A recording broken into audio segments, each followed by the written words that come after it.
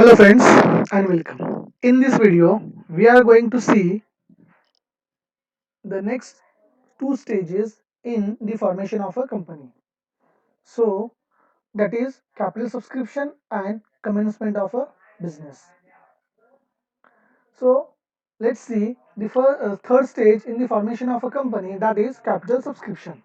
This is the third stage of the formation of a company, and the promoters of the company will decide the capital structure of their company, because managing any company for their capital is an important task. So in case of public company, it is the third stage. Private company need not to follow this stage, because private company raise their funds from private players, that is their friends, families and relatives.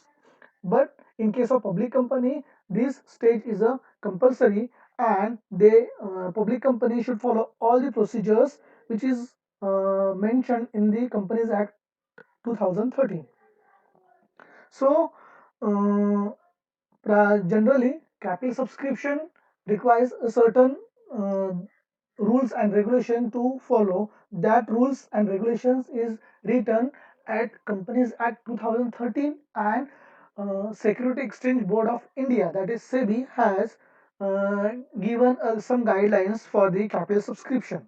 So let's see these rules and regulations regarding capital subscription. So these are the some rules which is mentioned in the Companies Act, that is the condition of allotment of shares, that when company wants to issue shares to the general public, they must prepare a prospectus.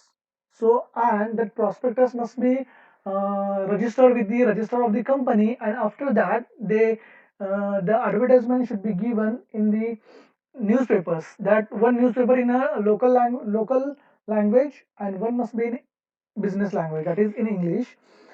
At the same time, they also invites through the prospectus or a statement in lieu of prospectus. So, first condition is that minimum subscription is, as stated in the prospectus, is to be received.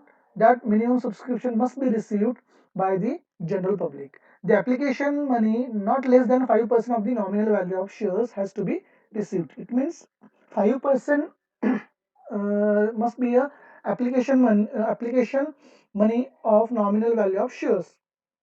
Third, the application money is to be deposited in a scheduled bank with a separate bank account, and that detail must be mentioned in the prospectus.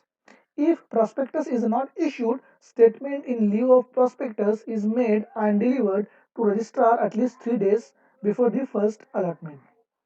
If minimum subscription is not received within 120 days of the date of issue of prospectus, the application money is to be refunded within next 10 days. So minimum subscription must be received within 120 days. If not, then the application money must be refunded by the company, and that issue will be invalid.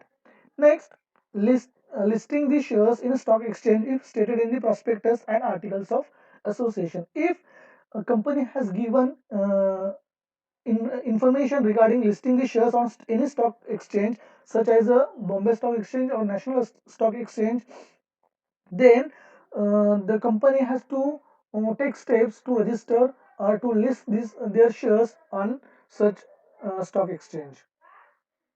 So these are the certain conditions which is mentioned in the articles of in the uh, Companies Act 2013. So now we are going to see what is minimum subscription.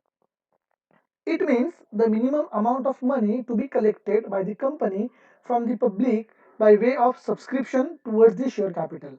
As per SEBI guidelines, at least 90% of total issued shares must be subscribed by the public. If not, then entire amount of subscription must be refunded by the company to the subscriber. So this is the 90% is the minimum subscription of total issue, that is minimum subscription. Now there are certain guidelines which is given by the SEBI regarding capital subscription.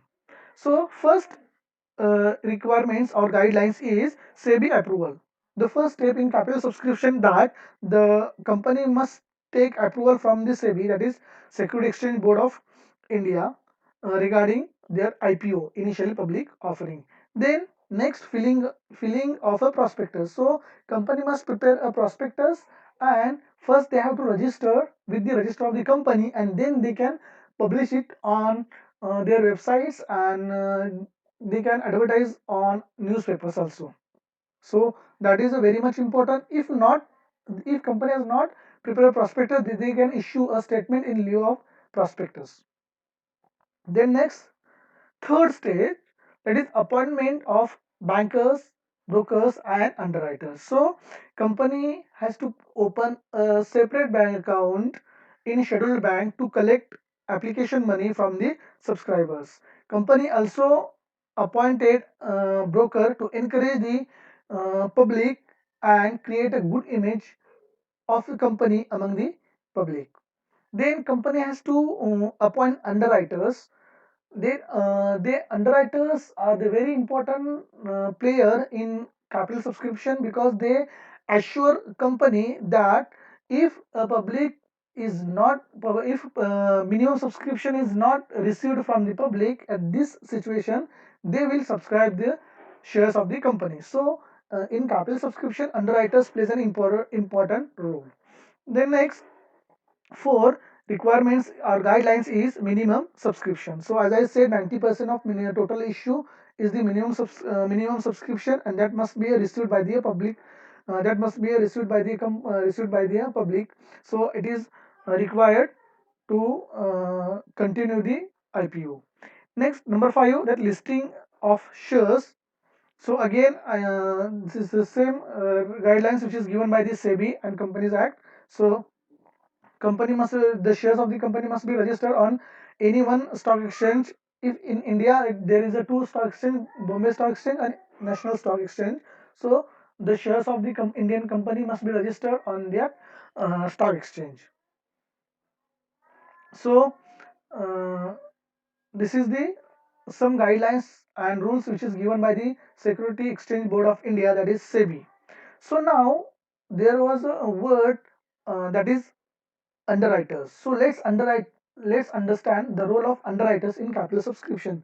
As I said, underwriters plays an important role in capital subscription. So underwriting refers to the functions of underwriters. Now who the underwriters? An underwriter may be an individual, firm, or joint stock company performing the underwriting function. Underwriting may be defined as a contract between underwriters and a company, and that the person who become who entering in a contract with the company as an underwriter will assure company that if because of a certain situation, or if public subscription, the minimum subscription is not received by the general public, in this situation the underwriters will subscribe the shares of the company to for the continuation of the IPO. So these people or this person or this firm or this company is a considered as a underwriter. So appointing underwriter is a very much important, and it becomes beneficial for the company. So it is an contract or agreement between company and underwriters. Such agreements are called as an underwriting agreement. A newly formed company enters into an agreement with an underwriter to the effect that he will take up shares or debentures offered by it to the public if not fully subscribed by the public.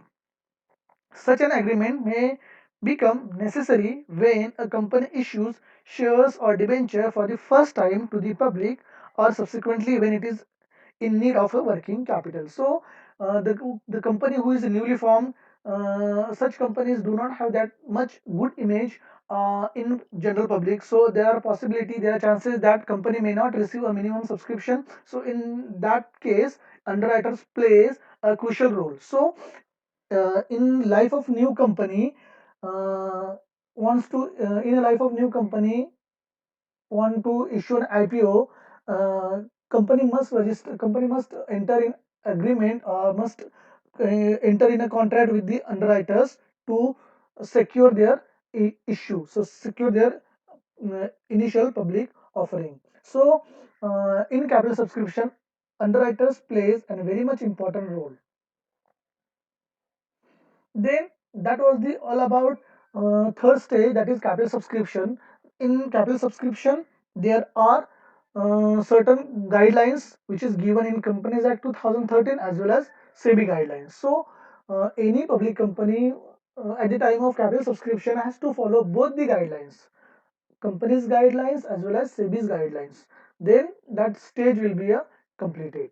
Now, after capital subscription, when company received minimum subscription and company successfully completed this third stage, now company enters into fourth stage, that is commencement of a business stage. So, public company after register after successfully issue raising of funds from the general public, now applies for the certificate of commencement of a business. So registrar of a company will see all the detail about promotion stage, registration stage and capital subscription stage, whether they have duly followed the all the rules and regulations which is given in Companies Act as well as SEBI's guidelines. Then registrar will issue one certificate. That certificate will permit the company to start its business. So that certificate will be called as a certificate of commencement of a business. If unless and until company is not receiving that certificate, public company cannot start its actual functioning, cannot start its business. So getting that certificate is a must for the public limited company. So after getting the certificate, company can start their business or their actual activities. So this is the four stages, that is promotion, registration, capital subscription and commencement of a business. That after completion of the four stages, company get into existence and company start its actual functioning. So that's what all about four stages of formation of a company. Hope you have understood well, and in next video we will talk about promoters. So what are the meaning, definition and different types of promoters.